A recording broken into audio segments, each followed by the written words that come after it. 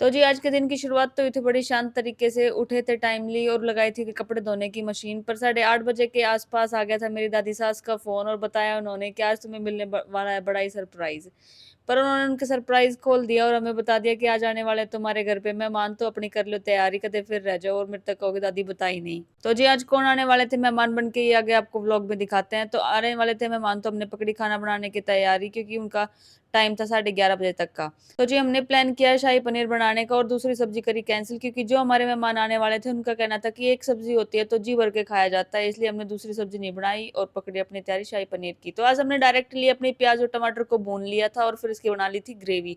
फिर पकड़ी तैयारी उसको री-फ्राई करने की और री-फ्राई करके हमने डाला उसमें बहुत सारी मलाई और ऐड करे पनीर के पीसेस। और जी हरियाणा के इंसानों के बिना दही और लस्सी के तो खाना पूरा होता ही नहीं है, तो हमने बनाया रायता। रायता बनाने के लिए मैंने दही को अच्छे से फेंट लिया था पहले और बूंदियों को भिगो दिया था पानी में, ताकि उनकी एक्स्ट्रा चिकनाहट निकल जाए।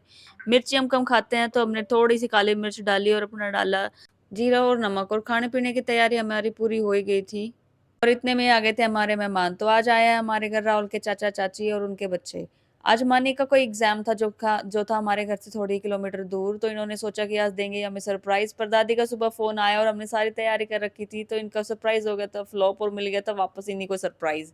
तो सब आए, सबको किया मैंने नमस्ते, और दादी ने भेजी थी घर पे लगी हुई घिया।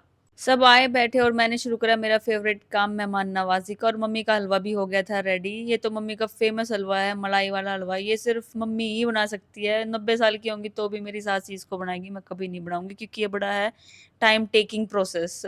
देव को बहुत पसंद है पोहा खाना, और ये खेलते-खेलते इसका फ्री फायर और पबजी कभी नहीं खत्म होता। इसने खाया पोहा और पी हम सब ने चाय और करी थोड़ी हँसी-ठिठोली, और फिर शुरू हो गया था पापा और चाचा जी का पॉलिटिकल डिस्कशन, जिसमें इन दोनों ने अपनी-अपनी फ़ेवरेट पार्टी को घर बैठे-बैठे ही जिता दिया था। फिर हम सब ने देखी हमारी शादी की एल्बम। चाचा जी और चाची जी आए थे काफ़ी दिन बाद, तो मौका मिल ही नहीं पाया था अब से पहले। ढेर सारी बातें करने के बाद और लंच का एन्जॉय लेने के बाद अब टाइम आ गया था घर वापस जाने का। करी मैंने चाचा जी और चाचू जी को बाय वाली नमस्ते, और फिर देव और मानी को गले लगा के बाय बाय बोलते हुए मैंने उनको बताया कि जल्दी आना होगा हमारा रोहतक। देव की शक्ल देख के ही पता चल रहा था कि उसका बिल्कुल भी जाने का मन नहीं है, क्योंकि उसको राहुल के साथ खेलना था पबजी, पर फिर भी वो उसको जबरदस्ती अपने साथ घर ही ले ही गई।